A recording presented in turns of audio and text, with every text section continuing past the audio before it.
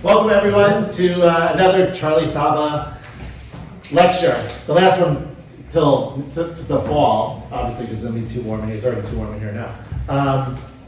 But the lecture is about Naples, and I always laugh because every time I go, as like the first thing we get off the train in Naples, the driver picks us up and takes us out to Amalfi, right? We never saw it in Naples because we're always told not to.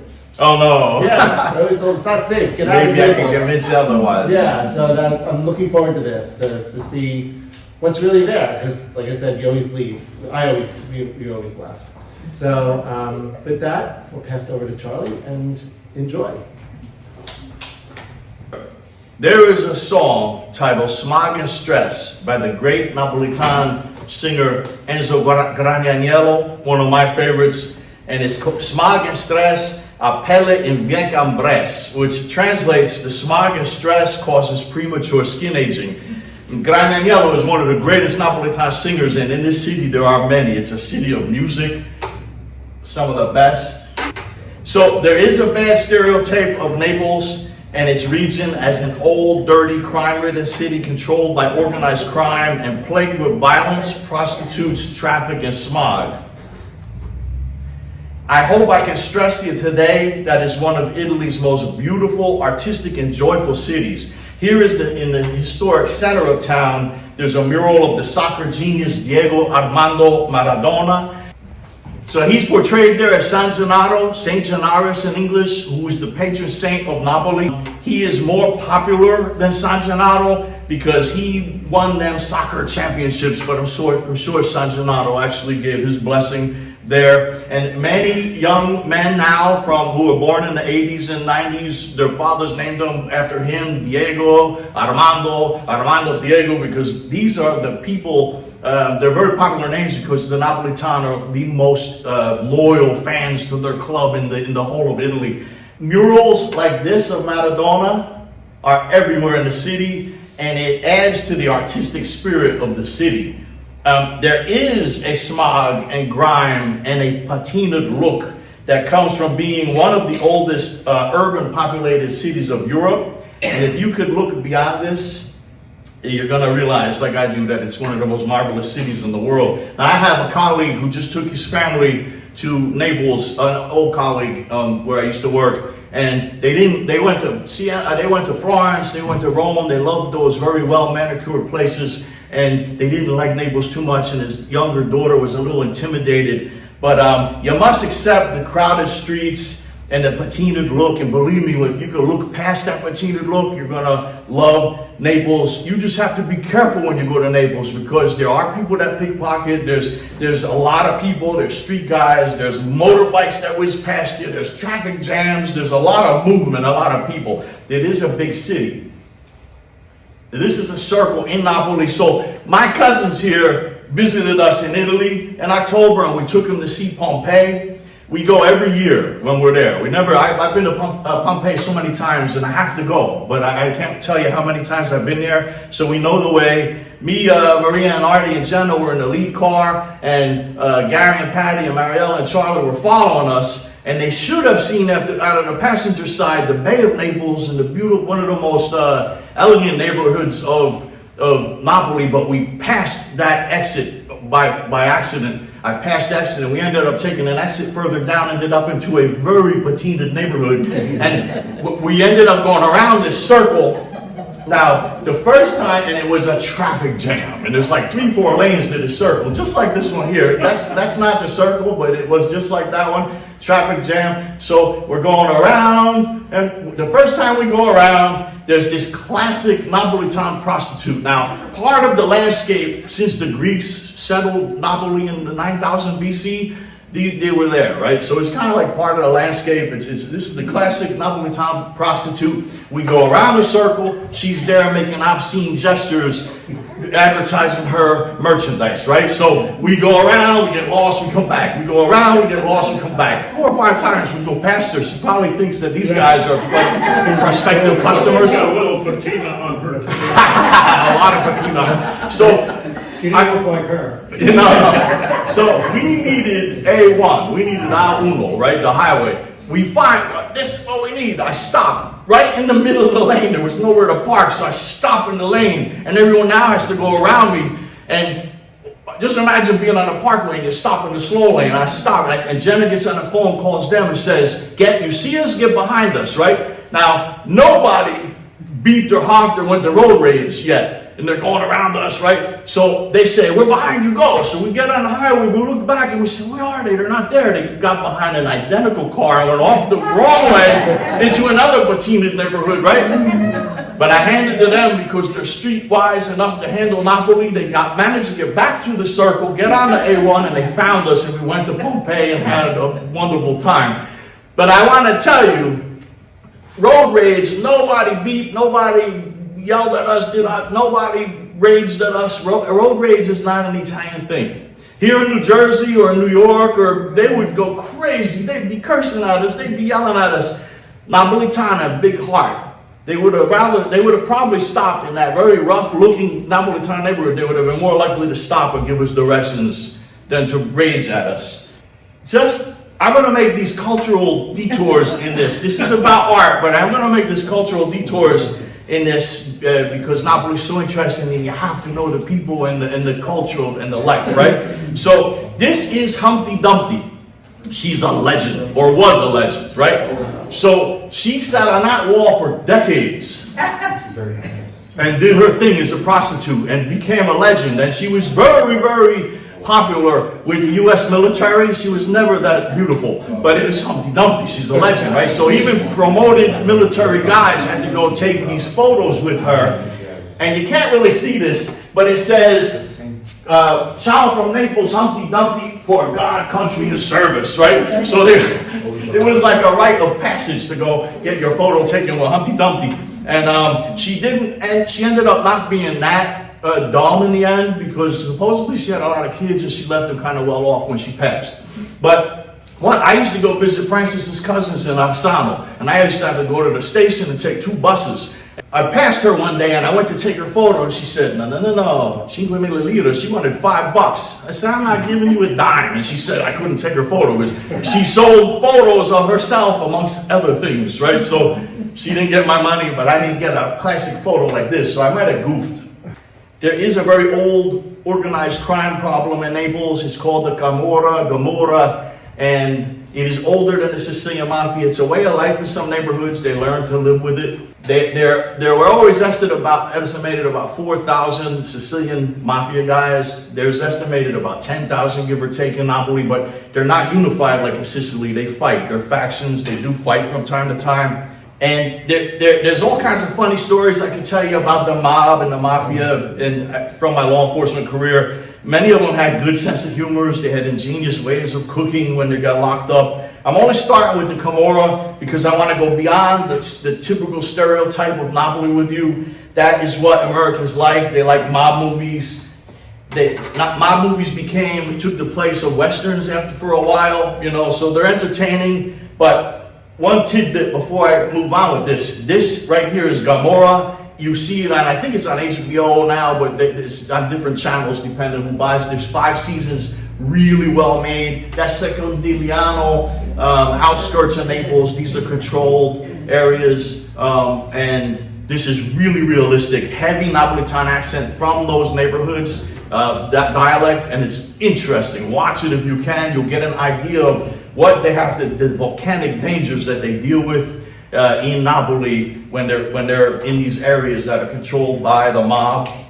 Napoli in southern Italy and our Italianità, the essence of being Italian and Italian American, is really connected to a much more profound artistic heritage than Camorra and Mafia. It is an innate creative genius that was nourished over thousands of years by the peninsula's beauty and abundance. Young Italian kids should not be enthusiastic about characters in the Mafia or real life movies or Camorra on the street. They should strive to be our next Michelangelos and Da Vinci's, Galileos, in soccer canalias, Del Pieros, Totti. We need some soccer heroes now because they're kind of disappearing. And Montale and the poets. It is a nation of poets, artists, scientists, inventors, and writers, and so on. So I couldn't begin to tell you how much I love Italy. I love her with all my heart. And I couldn't really explain why I love Napoli, but I'm going to try. I don't have Napolitan heritage. My people are from Basilicata, Sicily, Lazio, but I love Napoli. And there's a saying in Napoli, Vedi Napoli e poi muori. It translates to see Napoli and die. It means that after you see Napoli, it is so beautiful, there's nothing else left to see. You can just go at that point, right? So, that Napoli is one of the oldest cities in Italy, and it is believed that the Greeks started settlements there as early as the late 9th century BC. This is the first place the Greeks settled. It was called Ischia. You see that island right there, and you see the proximity to Naples and the Gulf of Naples. I want to just give you a little tidbit that this is Matera. This is actually in Basilicata. This is the oldest city in Italy with human settlements from the beginning of 9000 BC.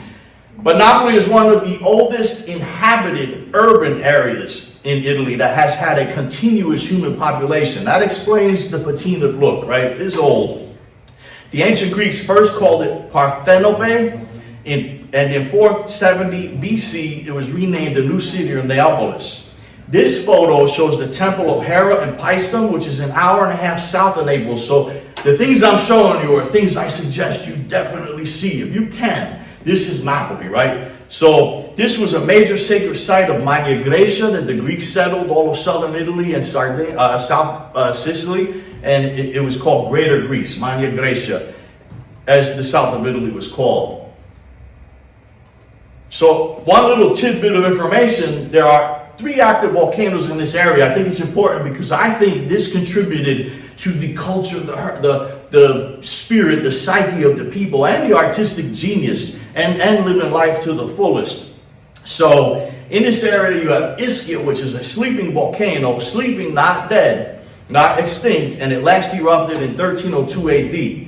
Vesuvius, seen there, towers above everyone in Naples, and people even built their houses abusively up onto the cone. People live on this volcano, and it last erupted in 1944, right after the Americans liberated Napoli from the Nazis, and they had to deal with that, right? Of course, the most famous eruption was the one in 79 AD that buried Pompeii and Herculaneum and some other towns around it.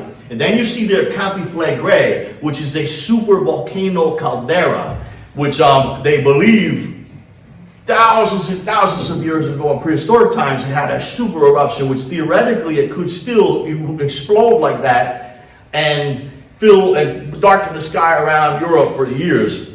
It last erupted in 1538, a small eruption that left a little cone, but that doesn't have a cone. That one right there is really huge, the volcano, and the land is on top of it, and they built cities on top of it. 3 million people live around these 2 volcanoes, which makes them the most dangerous in the world because they would have to evacuate millions. And they say they can, but it really is impossible, as you saw from those traffic jams. This is a tribute right there to Mario Merola, another great Italian singer. This was his neighborhood.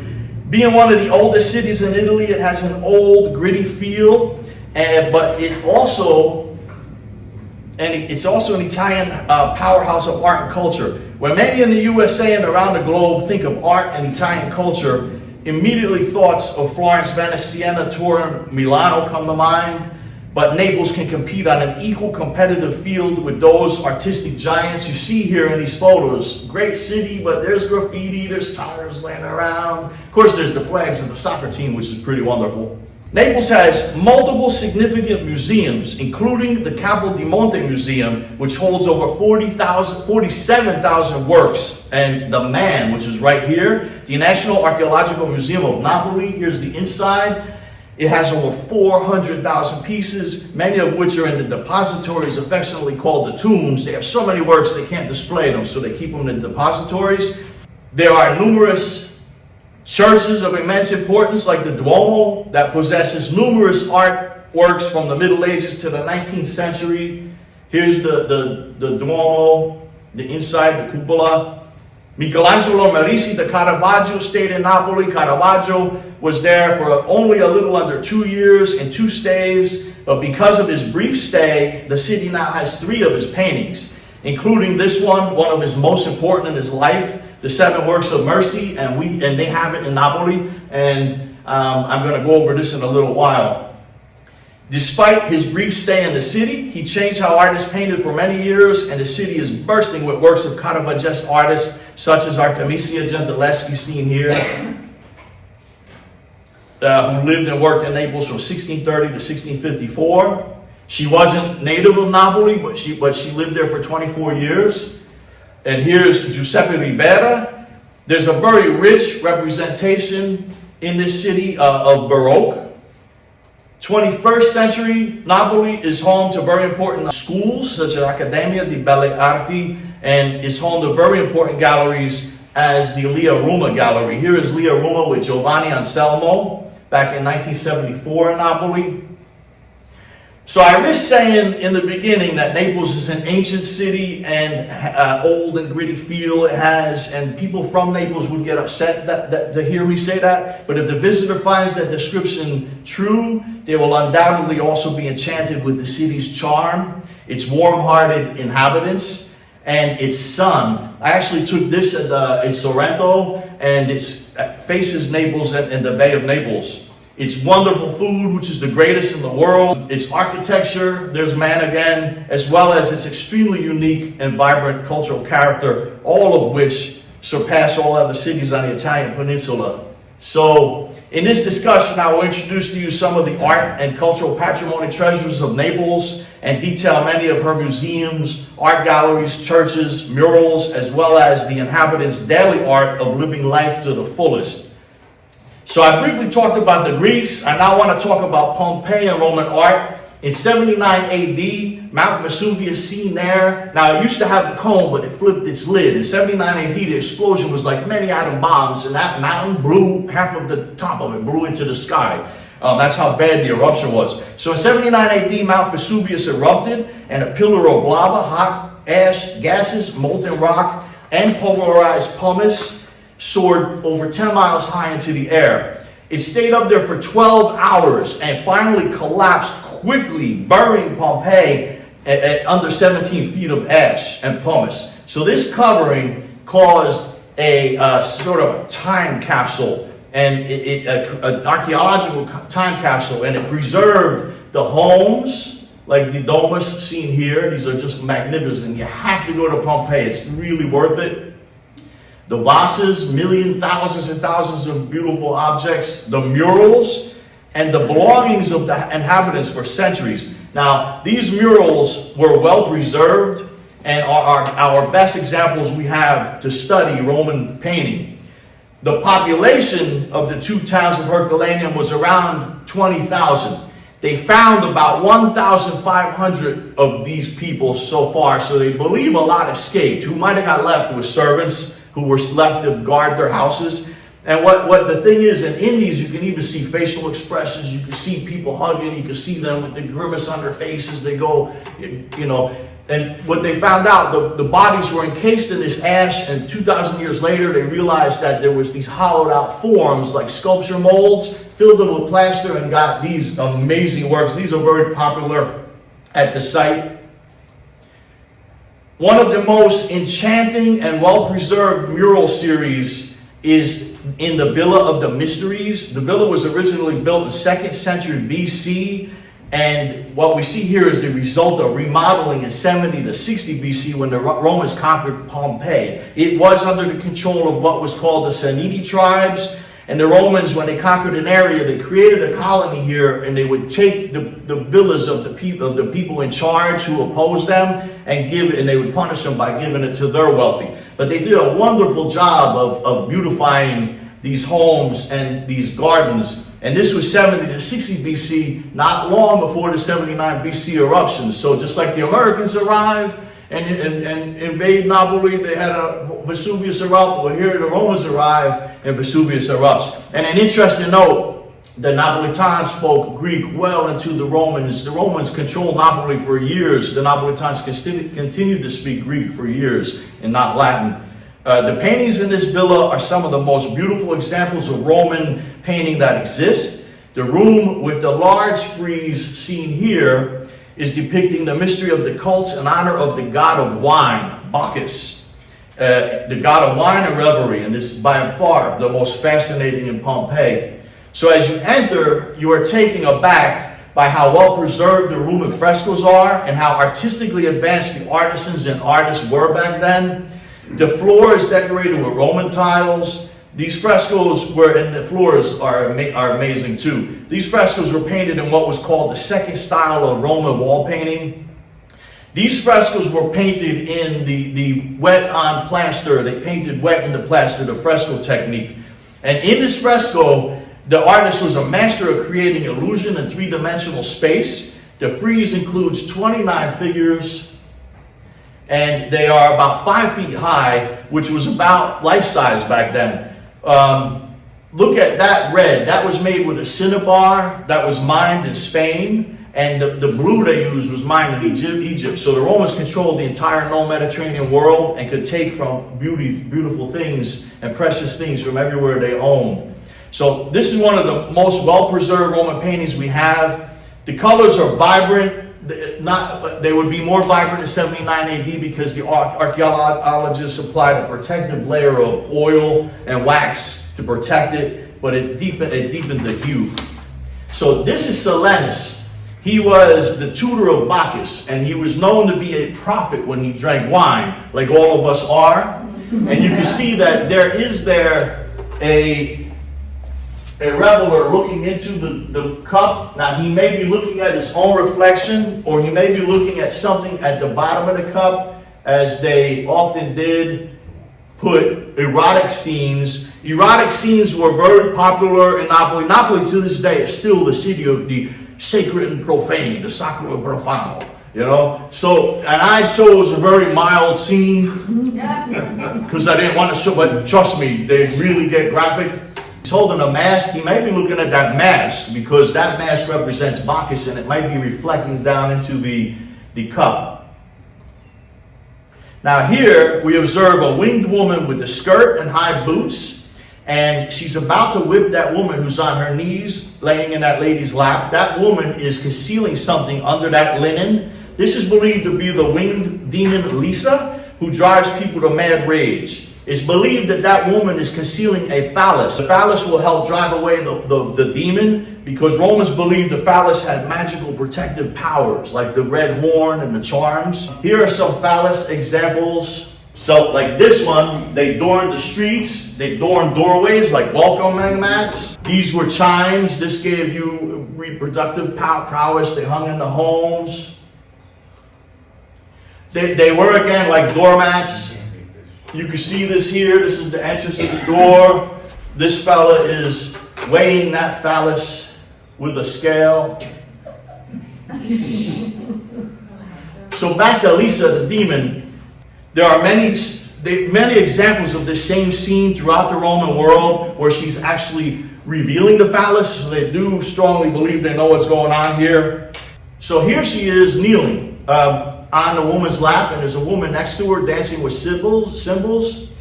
So it's believed to be the same woman who was just about to be whipped, kneeling there. She got saved by the phallus, and there's her dancing. She just made it through the whole rite. This whole room shows a continuous scene of this woman going through the rite, and it's believed to be a Maniad. The Maniads were servants of Bacchus who partook in these bacchanal, orgiastic, drunken rituals, serving Bacchus. This is a lovely one of a woman combing another woman's hair. There are two little pooties. One's holding a mirror and one's holding a bow, cupids. You look at the face. These artists over 2,000 years ago, and they were just wonderful. They were really, really amazing artists. These were well done. So another little cultural side note. Leaving Pompeii on our way to Basquiale, I'll take this cultural detour to tip you off about pizza. You cannot get a bad pizza in Naples. They invented it, right?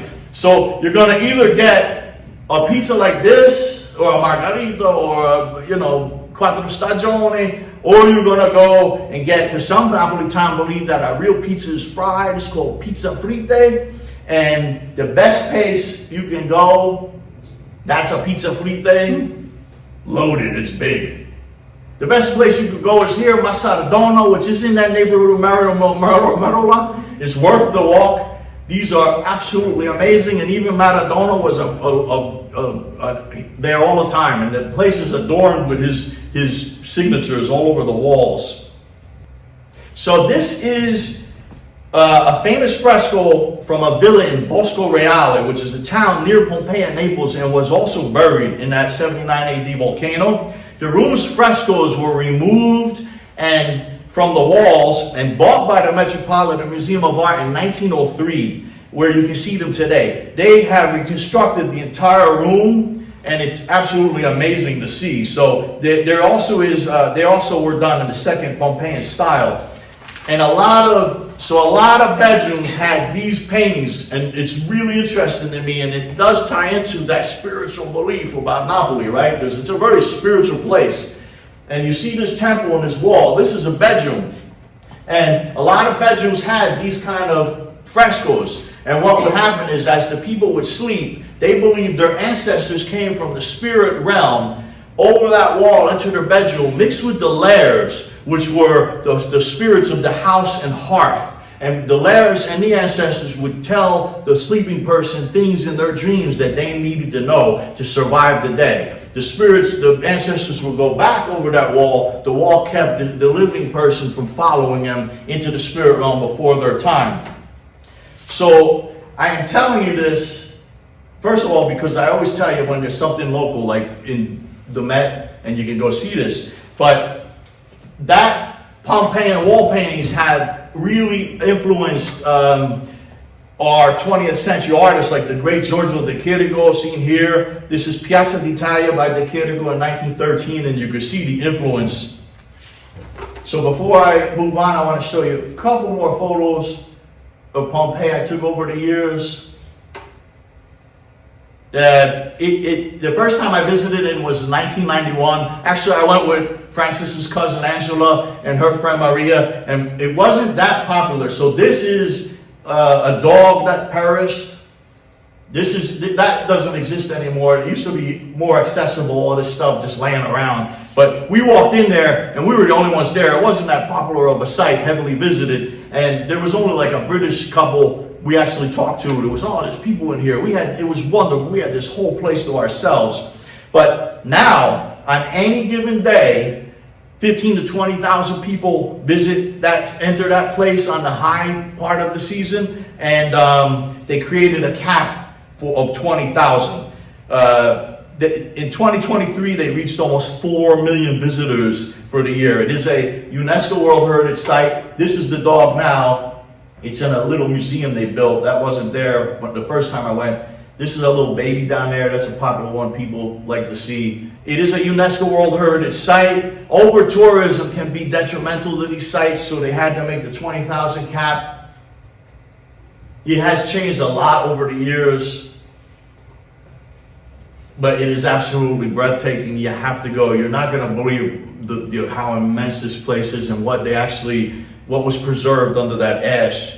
So I'm going to take a really important cultural detour here, the Smorfia Napolitana, because it ties into those dreams and the ancestors. Any good Napolitan knows the numbers of the Smorfia. When you dream of like Italy, it's a number 1. When you dream of San Antonio, St. Anthony, it's a number 13. And in the Totò movies, one of the best actors ever, they'll walk around and say, San Antonio, number 13, number 1, San Antonio, number 13, right? Because they know them so well, and they believe this helps you win the lottery. But it also has it's actually very deep. It mixes Greco-Roman spirituality from before Christ with Roman Catholicism and Jewish Kabbalism. And they believe dreams are serious, like spirituality in Napoli is a big thing. It's a very interesting place. So here's MANN again on the outside. Here's the inside hallway. So a lot of the artifacts, as well as many frescoes, ended up in MANN, the National Archaeological Museum of Naples. It is absolutely the most important antiquities museum in Europe. It cares for 400,000 pieces in its care, which includes many frescoes from Pompeii and Herculaneum. A lot of them from Herculaneum and Pompeii ended up here, and they're better protected there. Mosaics, jewelry, sculptures.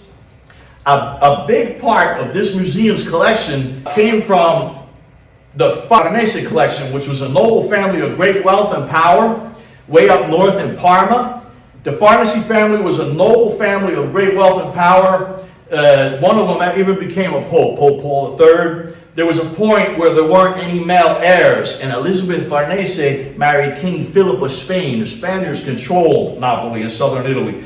The collection passed into the possession of their son Charles of Bourbon, who became King of Naples, the famous Charles of Bourbon in Naples. And he had this huge collection transferred to Napoli, which is interesting. It's a twist of fate, because after 1861, Garibaldi united the Piedmontese, took over southern Italy from the Bourbons, and the southerners still complain that the northerners stole everything from us, the wealth, the beauty, everything we had under the Bourbons, and took it up north. In this case, thousands of the most precious items came from the north and ended up in the south, where they still are there today and will be forever, and you can see them in Napoli.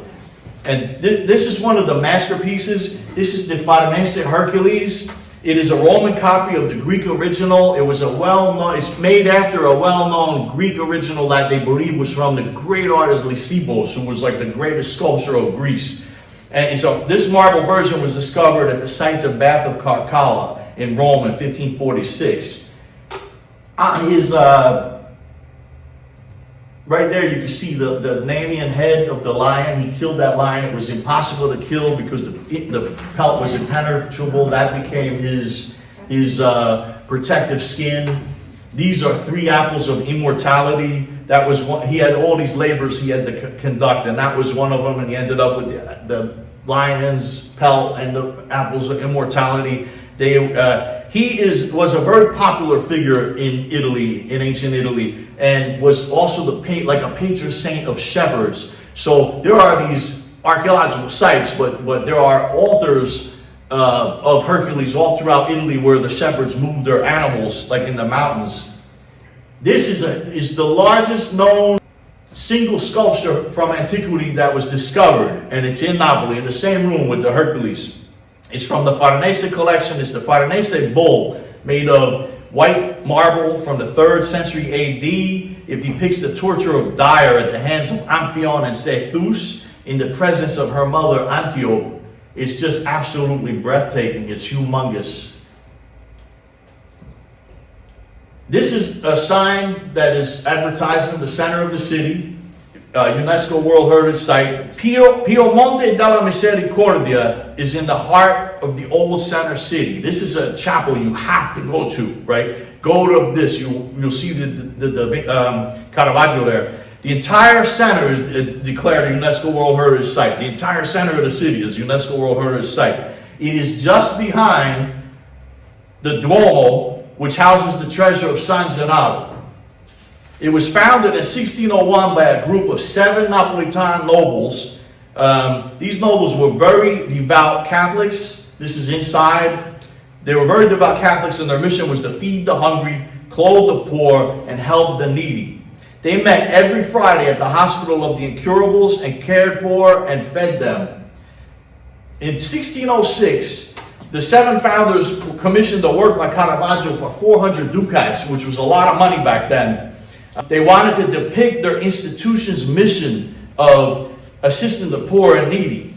And once completed, these founders vowed to never sell it because they realized this was his masterpiece of his life, one of the masterpieces of his life. But their statutes declared they would care for the sick, free prisoners who languished behind bars, bury the dead, welcome pilgrims, provide food, water, shelter to the poor, and he had to depict this all in one painting. The 7 Works of Mercy is a masterpiece that is part of the main altar of the chapel scene there. This altar is just absolutely breathtaking. Here's a close-up. Here's a close-up of the painting. So this is a very interesting Napolitan street scene that gets quite busy, and Caravaggio depicts mercies just described using street people. And he always often used street people and rabble and even prostitutes in his paintings. It used to get him in trouble because some of them would recognize him. So here you see an innkeeper right here, and he's caring for pilgrims. You can tell they're pilgrims because there's an actual shell on there. Up front, you see a man drinking out of a horn here. The reference is to Samson, who defeated the thousands of Philistines with a jawbone of an ass. And when thirsty, God gave him water to drink. And up front, we see beggars naked and infirm. And this wealthy young man is tearing his cloak off. He has the plumed feathered hat. He's tearing his cloak off to clothe him. He referenced St. Martin, the Roman soldier that gave his cloak to the beggar who was freezing. So right next to them, you see here, they're carrying a body. You only see the feet, but he masterfully fits it in without ruining his composition. There's two guys carrying a body. There's a man with a torch that lights the scene. And then you see a woman giving this old prisoner, her breast to suck. Now, this is the most famous scene in Roman antiquity. It's of daughter and father. And it's known as Roman charity. It describes the highest level of filial piety. It was written about in the 1st century AD by Roman writer Valerius Maximus and is of the piety of a daughter toward her father. The old prisoner is Simon. He was left in prison to die. He's waiting his execution, but they wouldn't feed him or give him water, so he was going to die and perish. Pero, his daughter, snuck in every night, gave him her breast to eat, otherwise he would have perished.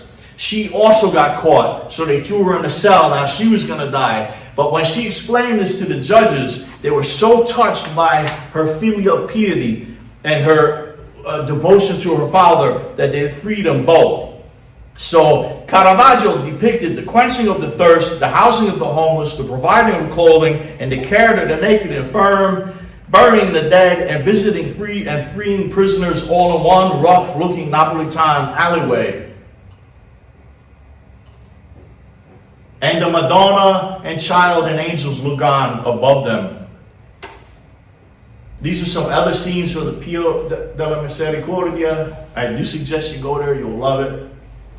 Everything about this is breathtaking. It's going to blow you away. The other two Caravaggios in Naples are the flagellation of the Christ and the martyrdom of St. Ursula. So the flagellation was originally made for the church of San Domenico Maggiore. It is now in the Capodimonte gallery. The streets and the street people, often rabble, became the subjects of Caravaggio's painting, and you see it in their faces, but they were great characters for him.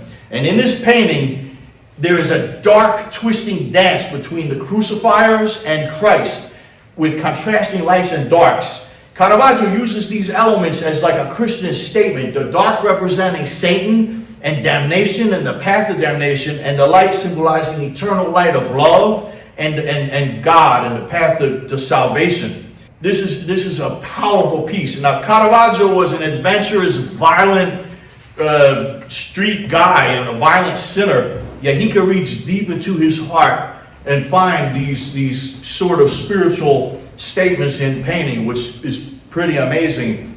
He was often criticized for breaking this canonical guidance and rules by using street people. Like in the Madonna, he did the Dying Madonna, where he used a prostitute that was very well known, and they were really upset with this. And the guy who actually commissioned it refused it because he used a prostitute to represent the Madonna. But there was a dead prostitute, and he thought it was perfect because he had a model he could work from.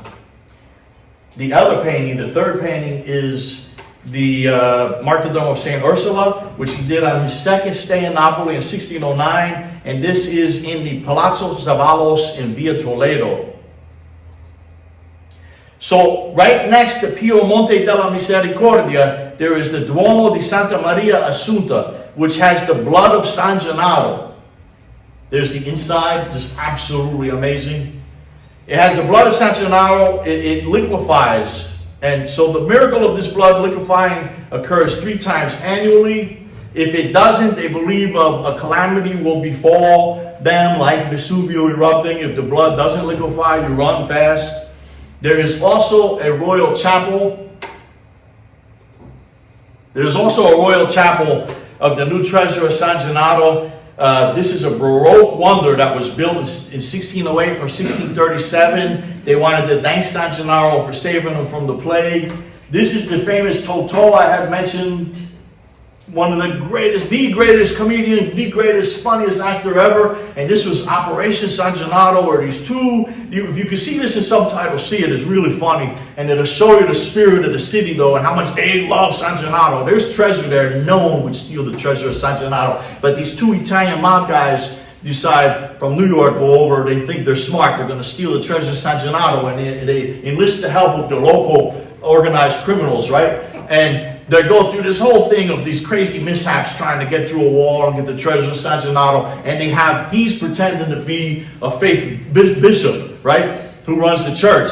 In the end, they steal the treasure, they're going to make it for the plane, they're going to get away, and another bishop steps in, they think it's him, and it's the real bishop, and he sits there, and they're driving, and he takes them into this traffic jam, the famous traffic jam of Napoli, and next thing you know, they drive right into the procession of San Gennaro, which we're familiar with because we have the National Shrine of San Gennaro here in Little Italy, and that's our 12-day Feast of San Gennaro. So they drive into the big procession, they get stuck in the traffic jam, the treasure gets found, and all the people pick them up and they're cheering. They think they're the heroes that recovered the stolen art of, treasure of San Gennaro. And in the end, it's funny because they end up carrying the statue in the procession. So this is worth seeing. It shows you, it really talks. It's fiction, it's comedy, but it talks to the spirit of this wonderful city. So the cupola of the chapel was painted by Domenichino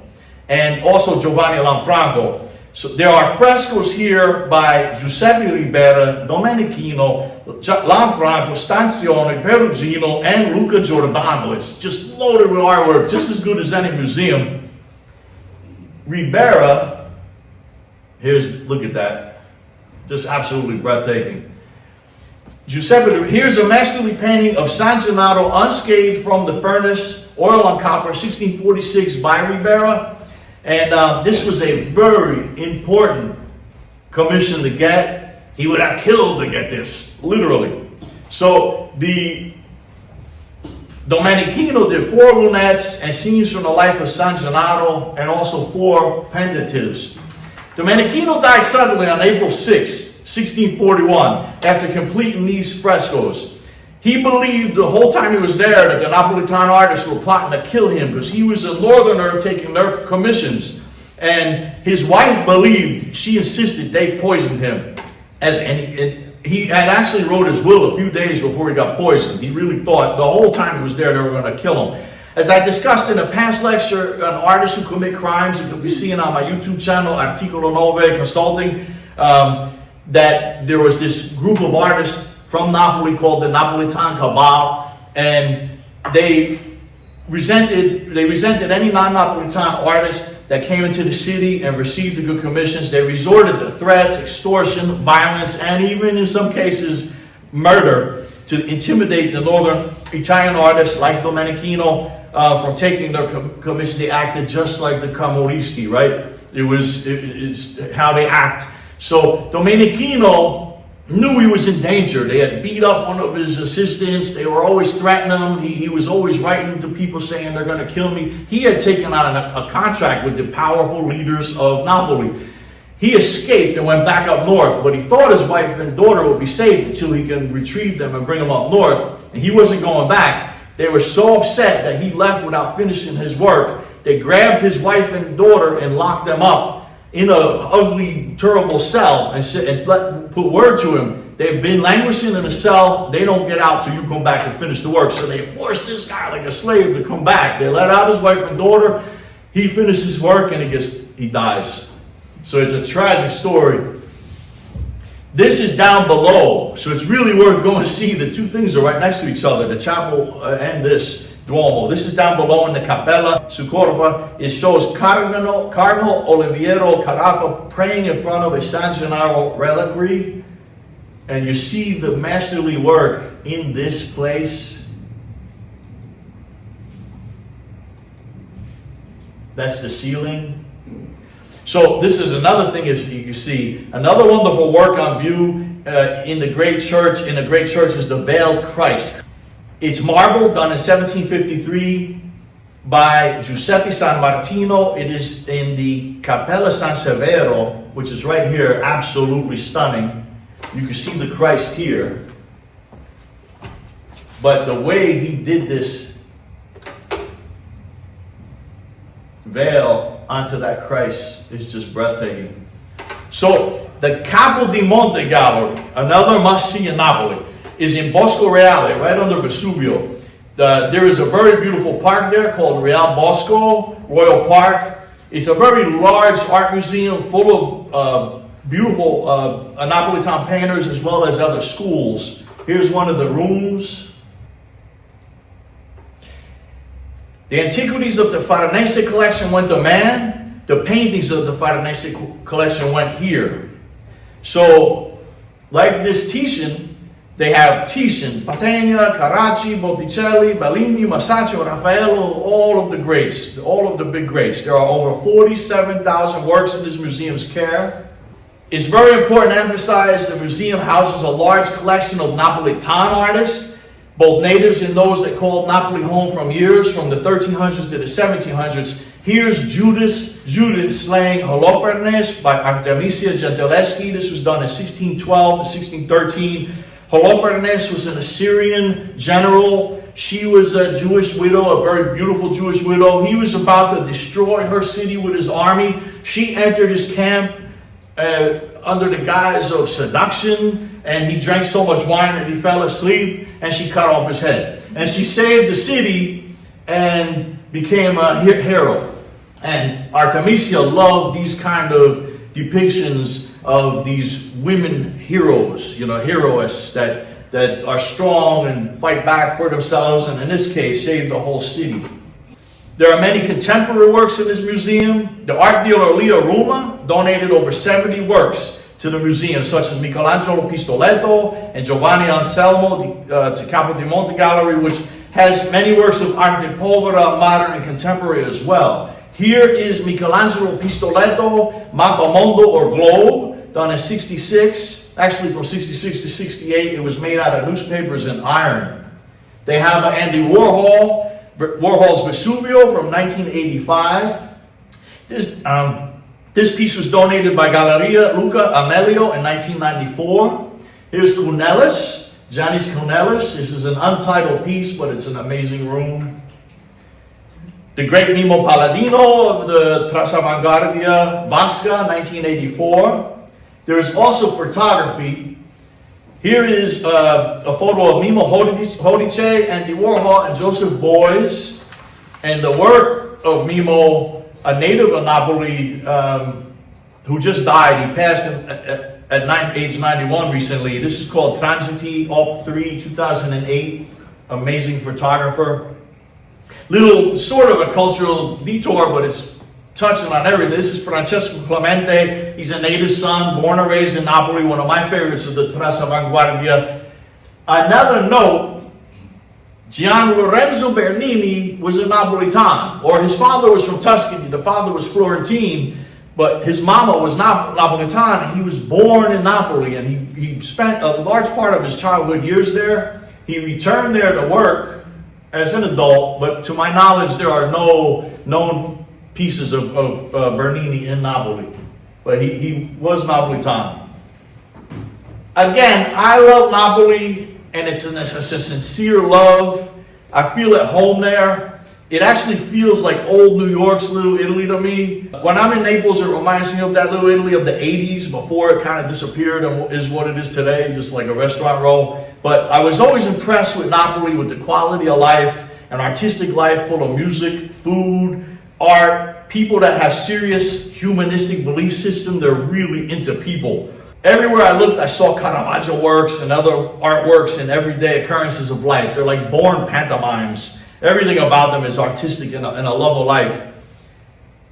Artisanal works are still important there in Italy and Naples especially. And here they're famous for the Capodimonte piece, porcelain such as what you see here. And this with the Puccinella and the famous Harlequin.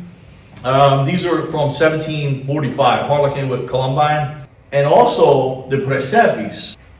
So St. Francis of Assisi is given credit for inventing the Presepe, the Christmas crutch, but it was in Napoli that became an artisanal wonder.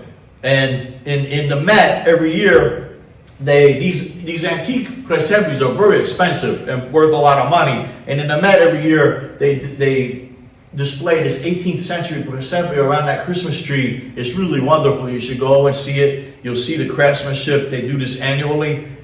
San Martino Museum, the lovely Museum of San Martino, which has an awesome view of the Gulf of Naples. It's worth going to this museum just to take that photo.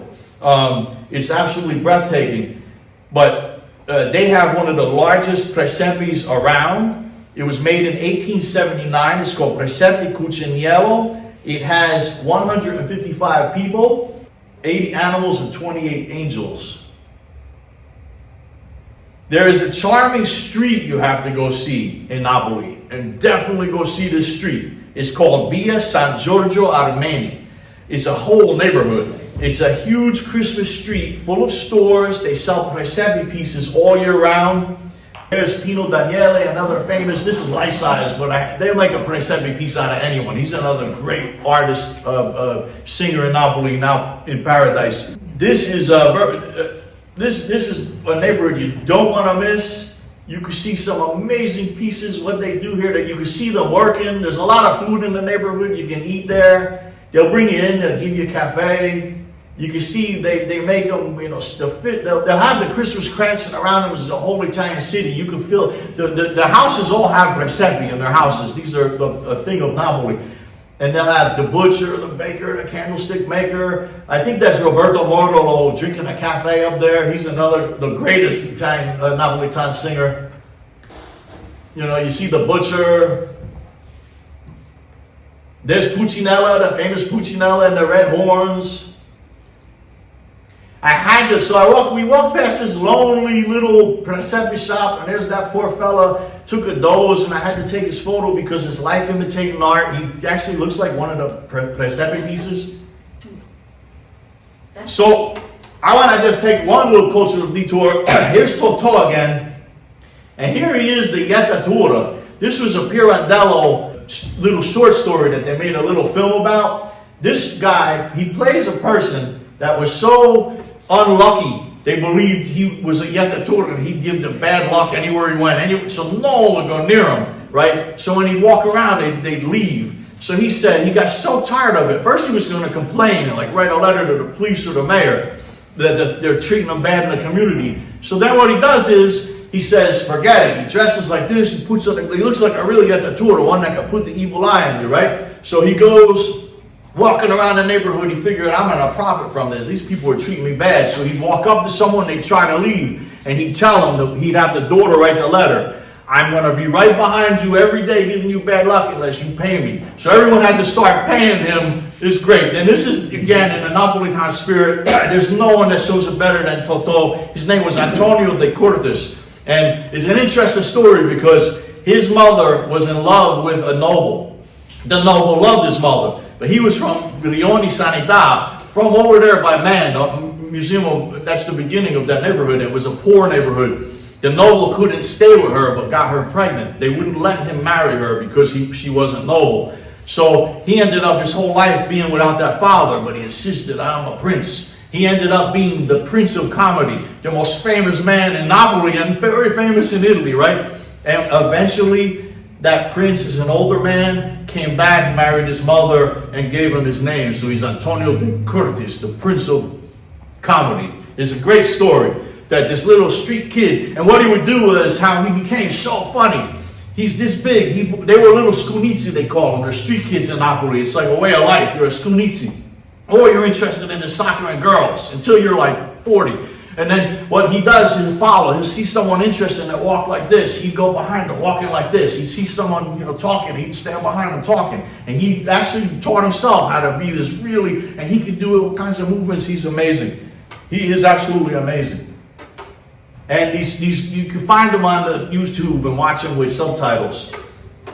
So Italian art has been nourished by a peninsula that has been blessed by God with an abundance of fertile land, good clean water, amazing seas, and 4,700 miles of coastline, including the islands. Gaeta has 7 beaches, just to give you an example. 4,700 miles of coastline. and a starry sky that brags to us of a Neoplatonic cosmic order of the universe. Important for people that love Michelangelo and understand what was going on there. That sky is amazing. That sun is amazing, right? Indeed, the brilliant sun, with the rays of which poetically preach to us of the warm, endless love of the heavens. Italian art has been nourished by artists who possessed an apparent and native creative genius, not just Renaissance, Baroque through the 21st century, not just Etruscan, Greek, and Roman, and medieval, but all the way back to the Paleolithic petroglyphs of Val Camonica.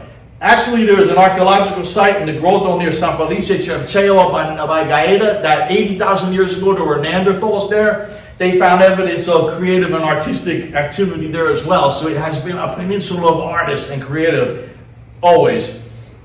This is a tree in National Park, Mount Vesuvio, beautiful national park. One American writer who wrote a treatise on Italian 20th century art. Forgive me because I don't remember his name, but I really liked it. I wrote down what he wrote.